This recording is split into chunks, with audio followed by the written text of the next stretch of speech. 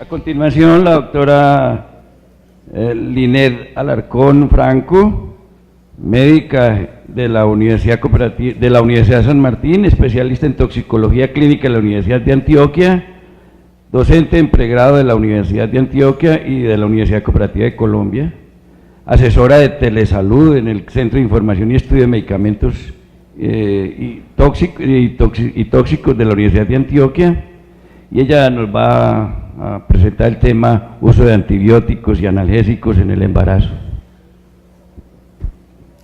Muy buenos días, ¿cómo están? Muy contenta, muchas gracias al doctor Germán Reyes y a Asmedas por esta invitación. Estoy muy orgullosa de venir a estar otra vez con los médicos generales. Yo fui médica general durante 10 años y fui muy feliz. Realmente decidí presentarme a toxicología porque desde quinto semestre había querido ser toxicóloga, pero nunca me había presentado. Decidí en algún momento, después de 10 años de ser médica general, serlo. Los admiro mucho. La medicina general se debe fortalecer. Pienso que la medicina general es realmente el futuro de la medicina porque es la medicina integral. Entonces, yo sé que están un poquito cansados, entonces quiero contarles un poquito rápidamente para que nos despertemos también, que a veces nos vamos como durmiendo en estas conferencias, sobre estos personajes que uno se encuentra en la calle que saben mucho de medicina. Bueno, el paciente presenta un politraumatismo craneal encefálico muy severo, donde presenta laceraciones en la parte de la sien izquierda, donde tuvo pérdida de dos incisos, uno canino y el otro molar. A la vez presenta hematomas en el plato izquierdo, debajo de la tetilla. Al parecer fue debido al impacto que tuvo una serie de ahogamiento en la ótida, la carótida y la aorta. Vamos a ver si se traslada al hospital para hacerle una serie de exámenes donde van a valorar verdaderamente cuál es el estado del paciente. Por el momento es un estado reservado. ¿Cuál es su nombre, doctor? No, yo no soy doctor. ¿No usted de medicina forense? No, yo me acabo de bajar ahí en la moto para ver el accidente.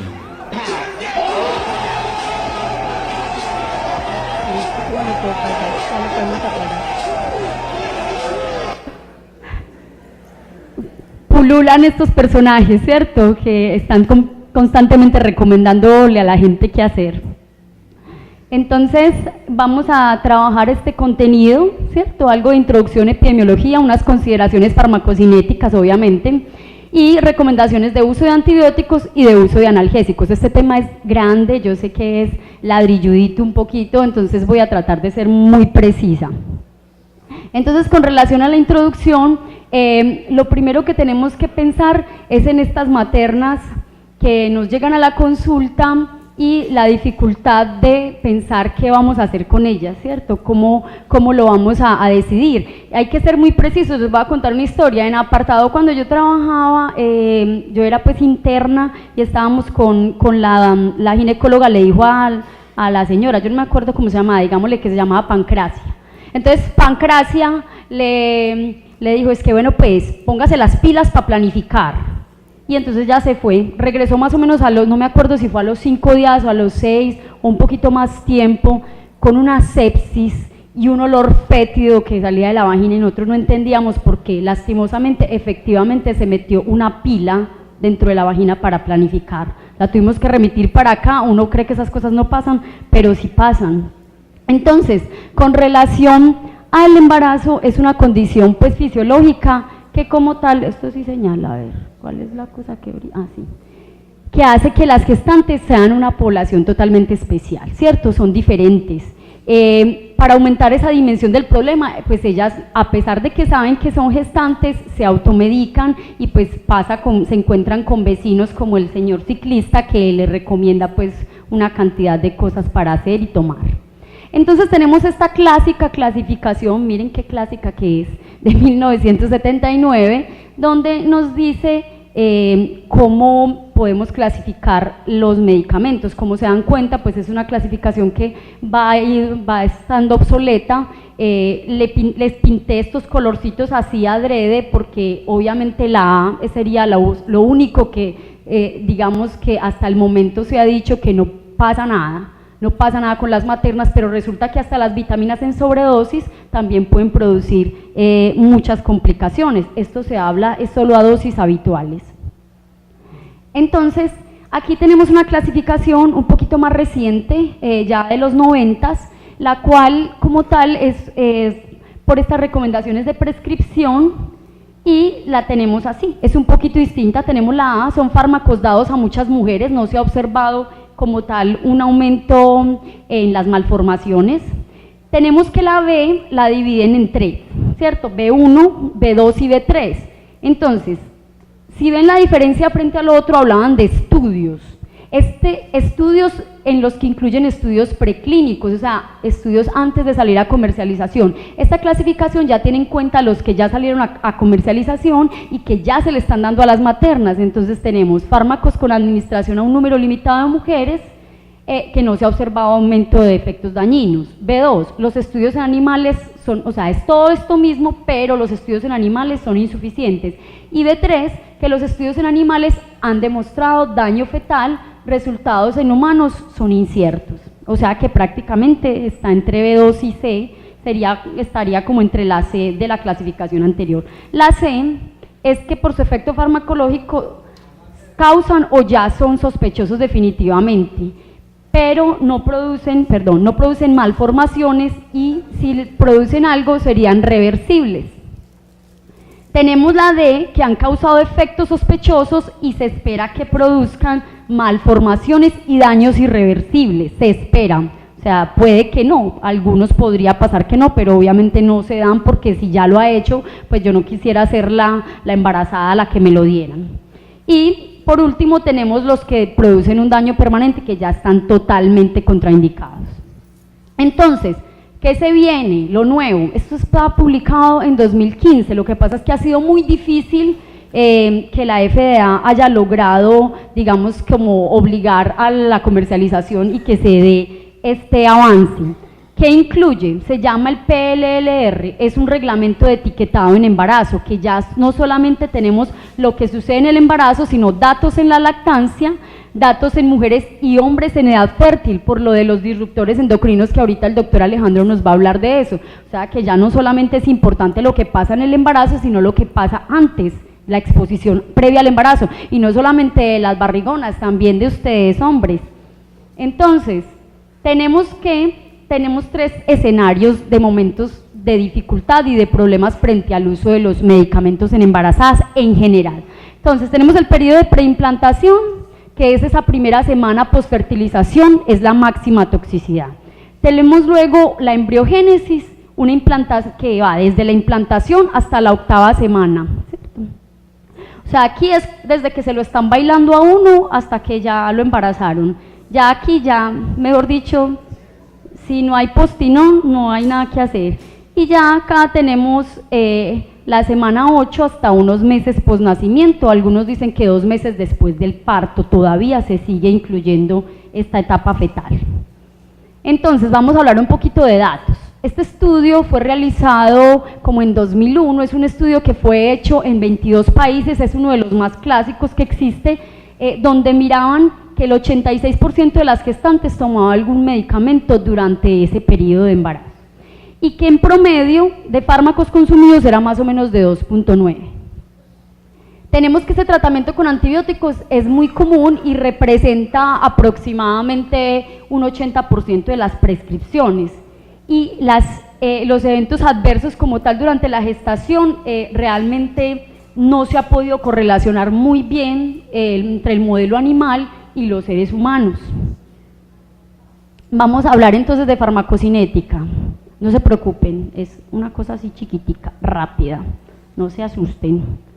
Entonces, la A de alma, no, la A de absorción. ¿Listo? Entonces, ¿qué pasa con las maternas y la absorción?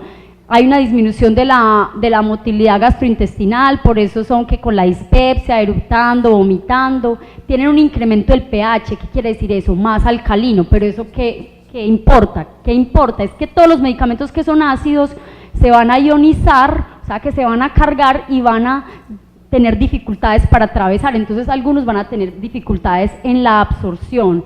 Y con relación a los que son medicamentos por vía inhalatoria, van a tener mayor absorción, o sea que podría haber más toxicidad, por ejemplo, para las asmáticas con una dosis de salbutamol, porque tiene mayor aumento del flujo sanguíneo pulmonar y una mayor distribución. Con respecto a la D de distribución, aumento del volumen plasmático. ¿Eso qué implica? Un aumento de distribución. ¿Y eso en qué se traduce? En que el medicamento va a llegar a más partes, pero no necesariamente quiere decir que va a ser mejor, ni que va a ser más efectivo, sino que podría suceder que se pierde en todo ese intersticio, en todo ese edema que tiene la materna y podría disminuir su biodisponibilidad. También disminuye la albúmina en sangre. ¿Por qué? Porque hay una proteinuria fisiológica que me va a producir a una mayor cantidad de fármaco libre. Eso tiene dos lecturas. Una lectura es que mayor fármaco libre se traduce en mayor toxicidad en algunos casos, pero también se traduce en inefectividad porque se elimina más rápido. El fármaco que está libre es el que se filtra por el riñón. Luego tenemos en el metabolismo, las mujeres embarazadas aumentan el cortisol, los glucocorticoides fisiológicamente y compiten por el metabolismo de fase 2, entonces va a disminuir el metabolismo de otros medicamentos. Adicionalmente tenemos unas alteraciones enzimáticas, por ejemplo, esta es muy importante, la progesterona es un inductor del metabolismo.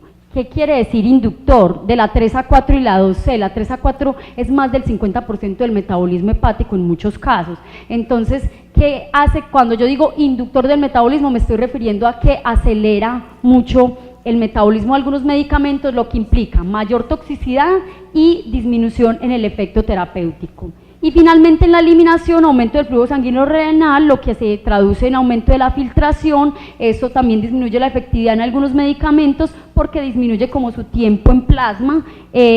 También tenemos que hay una disminución de la concentración plasmática de este y de la vida media. Listo. Consideraciones importantes en que son independientes de la materna, que tienen más que ver con el medicamento. Entonces, uno, la liposolubilidad, ¿cierto? Otro es el grado, ¿qué es eso de liposolubilidad? O sea, ¿qué tanto atraviesa todas las barreras y las membranas de nuestro cuerpo? Entonces, eso hace que, por ejemplo, sobre todo todos los medicamentos del sistema nervioso central son muy liposolubles, antipsicóticos, drogas, marihuana, todo eso pasa directamente y rápidamente, entonces aumenta el riesgo de toxicidad. El grado de ionización, el peso molecular, ¿cierto? Sabemos que requerimos pues cierto peso molecular para atravesar sobre todo la barrera placentaria y la unión a proteínas. Entonces, con relación a la barrera placentaria, ¿cómo se da la difusión? Normalmente es pasiva. Los liposolubles, ya les dije, ¿cuáles son más o menos? Entonces todos esos antipsicóticos, anticonvulsivantes, todo eso pasa derecho, algunos antibióticos, aunque en general la mayoría son hidrosolubles. ¿Qué pasa? Aquí hay una cosa muy interesante que quiero que vean. En el primer trimestre es cuando hay más riesgo, ¿cierto? Pero la barrera placentaria es más gruesa y se va adelgazando durante el embarazo. Entonces la gente se dice, ya pasó el primer trimestre, ya le podemos dar el medicamento. Sí, ya no está en la embriogénesis ni en la organogénesis probablemente, ya está, digamos, determinando unos caracteres finales de su formación y de su desarrollo cerebral. Pero ¿qué sucede? La barrera placentaria se vuelve tan delgadita, cercana al parto, que obviamente aumenta mucho el riesgo de que lo que le des le pase mucho al bebé, y eso lo que le va a hacer más daño no tanto en la formación sino en los resultados en el parto y en el posparto inmediato.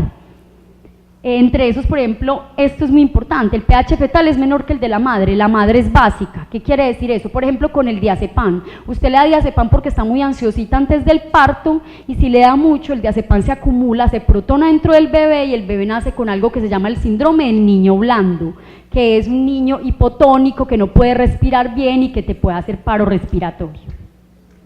Entonces, ella adicionalmente no es una cosa inerte, la placenta no es una materia inerte, es metabólicamente activa y produce lactógeno placentario que también metaboliza algunos medicamentos.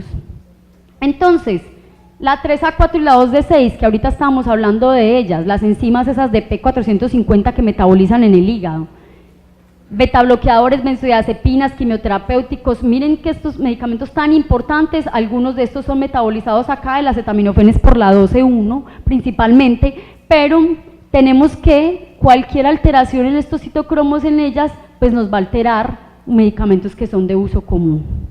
Vamos a hablar ya directamente de la recomendación del uso de antibióticos.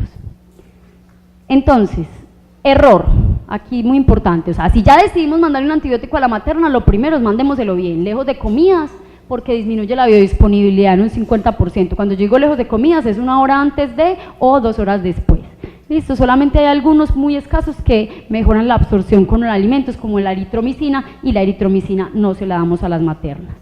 Entonces, aquí tenemos algunos de los que deben darse lejos de las comidas, y en general todos tienen un riesgo de aborto espontáneo que tiene, digamos que unos resultados contradictorios que ya ahorita más adelante les voy a contar. Entonces, exposición preparto a antibióticos puede alterar la colonización del feto, entonces no va a tener esa flora o esa microbiota normal, y que uno dice, pero eso ¿qué importa? ¿Qué importa? Eso puede cambiar el curso de la inmunidad del niño en todo el resto de su vida. O sea que eso es importante, o sea que si la materna no necesita el antibiótico, le estamos haciendo un daño también al feto. Se debe tener en cuenta las modificaciones que surgen durante el embarazo para hacer los cambios específicos, y adicionalmente lo que ya les había dicho, el volumen de distribución es muy grande, entonces a veces no quiere decir que le tenemos que disminuir la dosis, sino que de pronto antes hay que dar dosis plena de algunos medicamentos. Importante aquí, periodos de sensibilidad a los antibióticos. Ya habíamos hablado de un periodo de sensibilidad general, no es muy diferente del periodo de sensibilidad. Tenemos acá muerte embrionaria, o sea, para que el bebé se muera, el feto se muera, de 1 a 17 días, alteraciones en la organogénesis, y acá. Yo se los planteo para los que nos gusta de pronto el fútbol, igual algunos tendrán alguna objeción, pero entonces yo se los explico así. Entonces, lo primero, ¿quién es más peligroso? ¿Cierto? Messi frente al arco, o sea, lo más grave, la muerte embrionaria, estos primeros 17 días. El que sigue en peligrosidad frente al arco sería Cristiano Ronaldo, y finalmente tendríamos a Neymar, y ahí pues con las estadísticas podríamos decir que hay algunas diferencias, pero en general esa sería la peligrosidad según el tiempo frente a la exposición a antibióticos de las maternas. Entonces, ya vamos a ver, según los antibióticos, cuál es su categoría. Rápidamente, aminoglucósidos, C, o sea que no los podemos dar. Streptomicina, D, de hecho fue con la que se hizo el estudio de una autotoxicidad coclear, entonces no se puede dar. Tenemos opciones para infecciones muy graves, tenemos que los carbapémicos son B, si ven, la categoría A está desierta, o sea que no se puede, o sea, no hay ninguno que sea categoría A. Tenemos algo aquí importante, originalmente la eritromicina stolato era clasificación B, pero ya les puse acá la línea roja porque ya hicieron un estudio y no se puede dar eritromicina, produce hepatitis en la materna.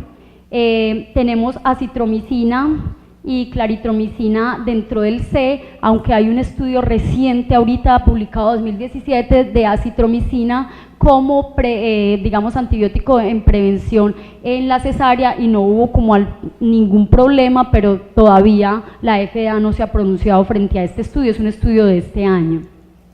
Quinolonas no, ¿sí?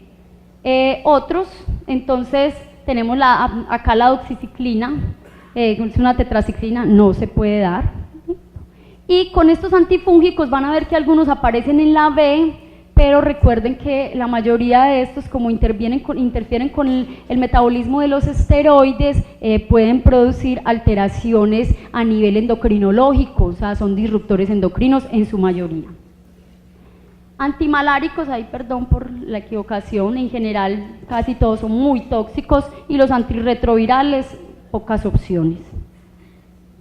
Entonces, lo que ya les había dicho, la eritromicina no se da porque produce hepatitis colestásica. Aminoglucósidos no se dan por toxicidad coclear, por este bloqueo neuromuscular, hacen un síndrome como miasteniforme, nefrotoxicidad, hepatotoxicidad, hipocalemia, hipomagnesemia. Tenemos las tetraciclinas que se acumulan en los huesos, producen alteración en los dientes, en las epífisis y en el crecimiento. El síndrome de niño gris con el cloranfenicol clásico, igual ya no lo estamos, pero siempre hay que recordarlo, que no se debe usar a pesar de que es un antibiótico muy bueno.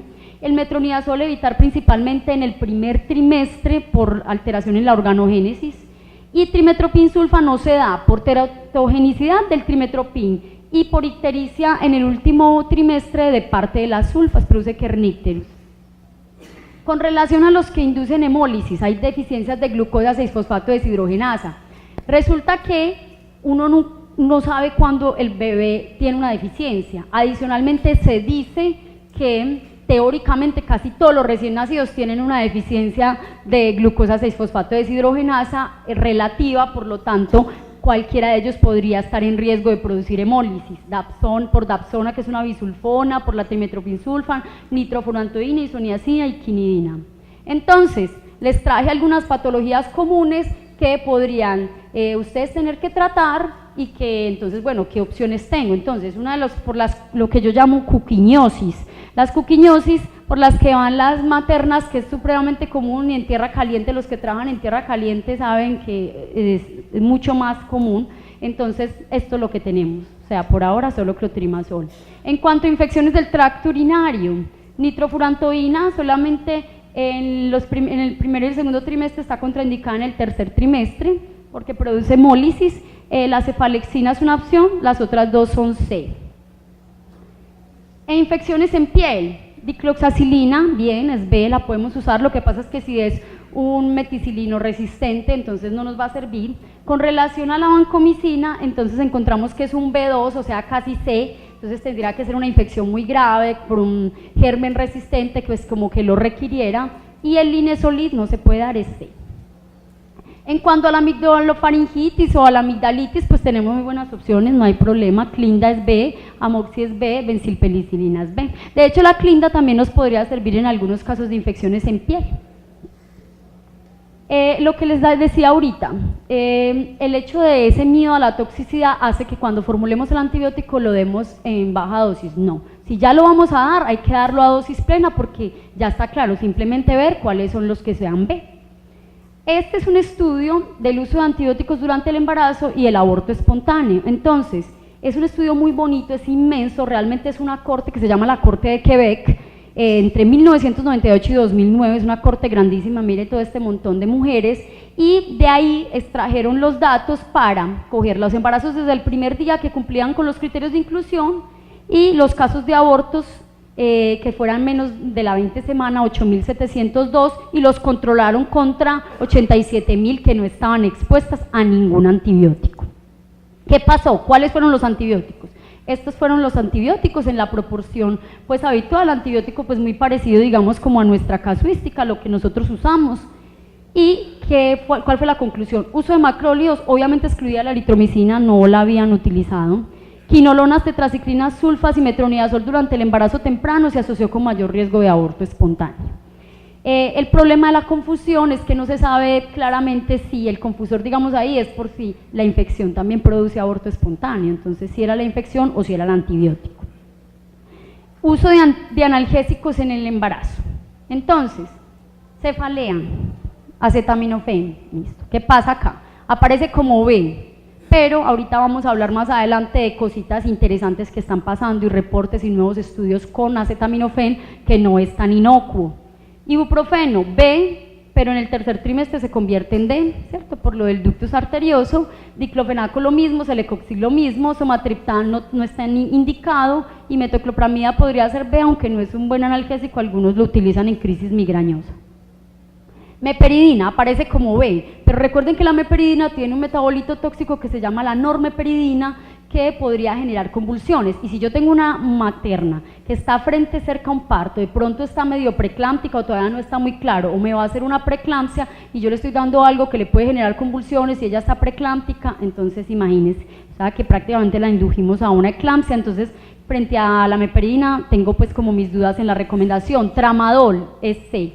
Acorta la duración de todo el trabajo de parto y realmente es un mal analgésico. El tramadol no es muy buen analgésico, entonces no se recomienda.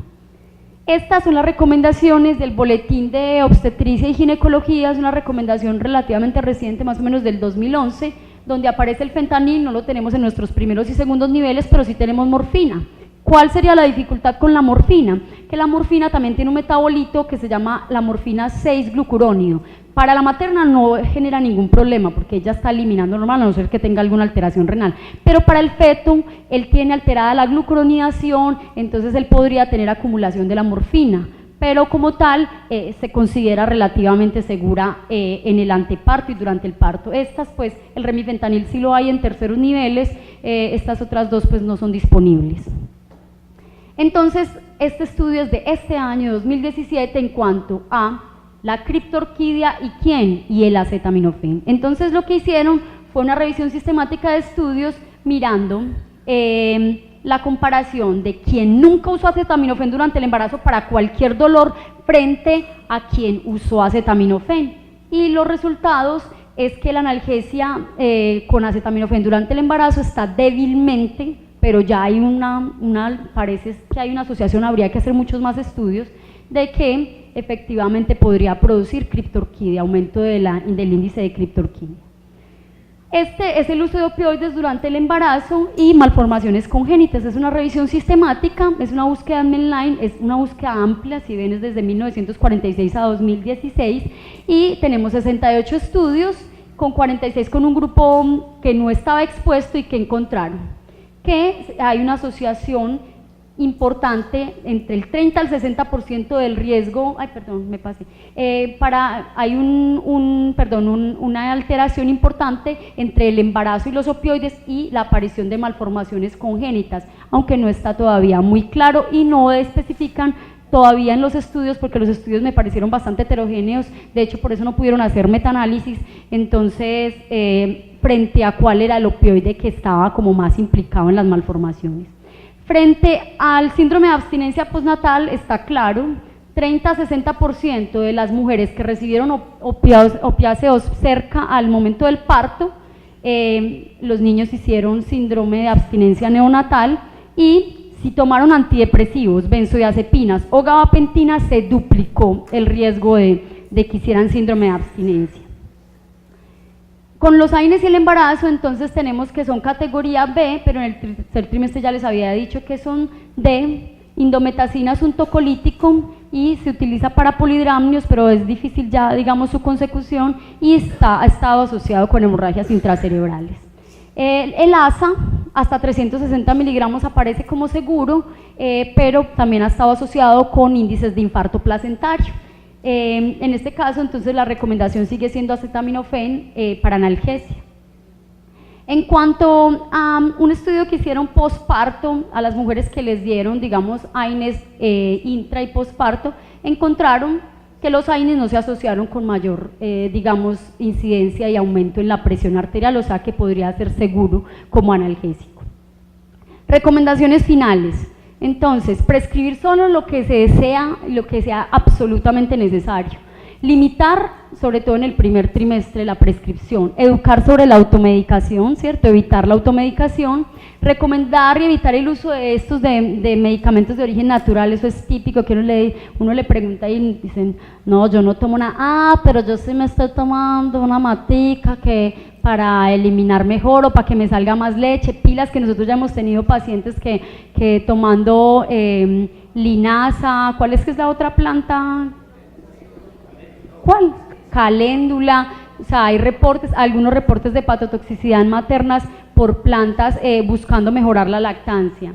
Evitar el empleo de medicamentos de recién aprobación, no caigamos en el innovador, pilas con eso, porque se necesitan por ahí 10 años para que sepamos lo malo que de pronto pudo haber sido en algún momento. Entonces esperemos que lleguen los estudios de toxicidad post comercialización y ya no lo mandamos, no todo lo nuevo de una hay que usarlo. Y prescribir en lo posible medicamentos A como B, ¿cierto? Finalmente, recuerden que el mejor medicamento en el embarazo es el que no se receta.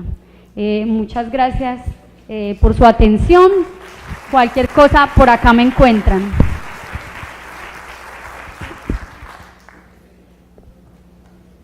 Bueno, muchas gracias a la doctora Liseda Alarcón, y creo que nos deja una excelente mnemotecnia, A, B, C y